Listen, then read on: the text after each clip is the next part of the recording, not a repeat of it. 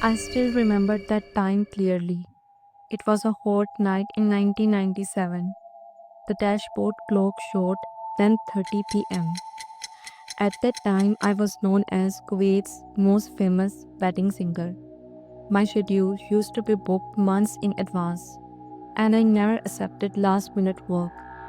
I had performed at hundreds of weddings. I had seen every kind of celebration, but I had no idea that what was about to happen that night would change my entire life. Because that night I made a decision that I should never have made. 1 hour earlier, I received a call from an unknown woman.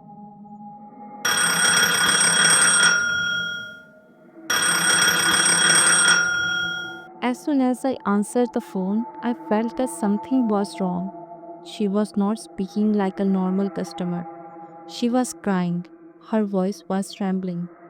Nora, please, she said while crying. My daughter's wedding is tonight. The original plan cancelled. I will pay you double. Just please come to my daughter's wedding. I should have refused. I had always rejected last minute bookings. But there was something in that woman's voice that did not allow me to say no. Maybe it was her helplessness, maybe it was her tears, or maybe there was another reason that wanted me to go there. 20 minutes later, a man arrived outside my house. He did not say anything.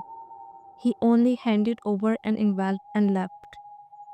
Inside were more money that I could ever earn in a whole month. I looked at my all female band through my rear view mirror. Everyone was tired. Everyone was sitting silently. Nora, my lead drummer Salma asked in a low voice, have we reached close? I looked at the dark road ahead. According to the directions, we have to go beyond the end of Jahara district. But there was a strange feeling of uneasiness inside me. There was only darkness in the middle of the desert. No houses, no lights, no people. And then I suddenly pressed the brakes because right in front of me, a palace stood in the middle of the desert. A huge palace, shining with thousands of golden lights. The sound of laughter and applause was coming from inside. But the strangest thing was, I knew that this palace should not have existed. I knew those roads. There should have only been empty sand. But still, that palace was standing in front of me. Salma asked in the low voice, Nora, what is this place? I had no answer because the thing in front of me was impossible. Yet, I stepped out of the car. As soon as my feet touched the sand, the huge wooden doors of the palace opened by themselves. Nobody touched them, they simply opened. A woman was standing at the entrance. She was wearing a beautiful silk dress. She smiled, but there was something strange about that smile. It was too perfect. It did not look human. You have arrived, she said. Everyone is waiting for the music. I followed her inside. But as soon as I entered the ballroom, I felt a cold sensation behind my neck. Outside, the desert was burning hot, but inside it was cold. The room was filled with hundreds of women. They were all wearing expensive silk dresses. Everything looked beautiful, but still something felt terribly wrong. They were not talking like normal guests. Start the music, I told my band. Salma started playing the drums.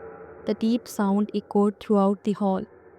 I picked up the microphone and started singing. At first, everything seemed normal. Then suddenly, all the women came onto the dance floor. But the way they were dancing was not human. Their bodies were moving in impossible ways. Their hands and necks were twisting strangely. Their laughter became louder and louder. The entire hall filled with their voices. I kept singing because I was a performer. and the performers hide their fear. But then one dancer passed close to me. Her hand touched mine. I froze. Her body was extremely hot. Nora, Salma's voice came. I looked at her. She had stopped playing the drums. Her face had turned pale.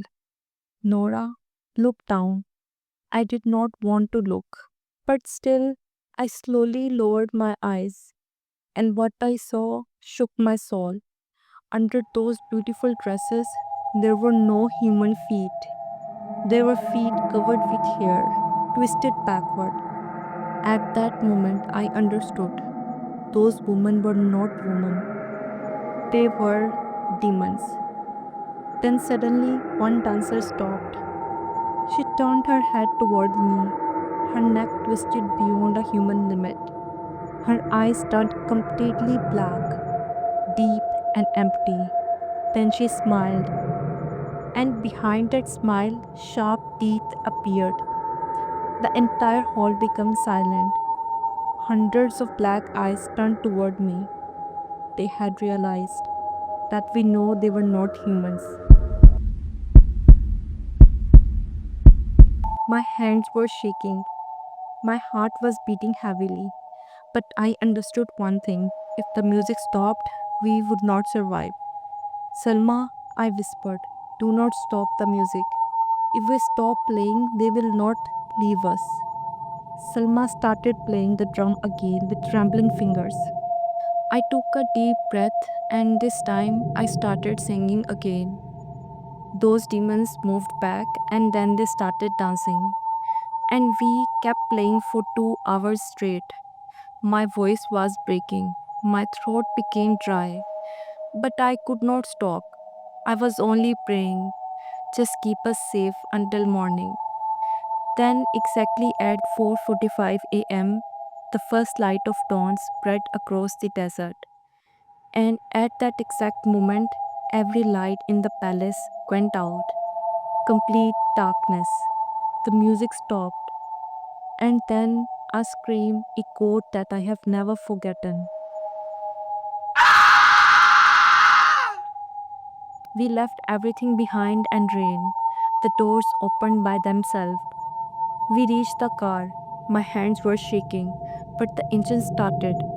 I pressed the accelerator and drove away without looking back.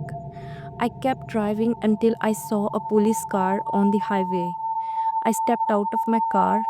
I told the officer everything: the palace, the wedding, and those creatures. He was shocked, but he came back with me. And when we reached that palace, my heart stopped because the palace was gone.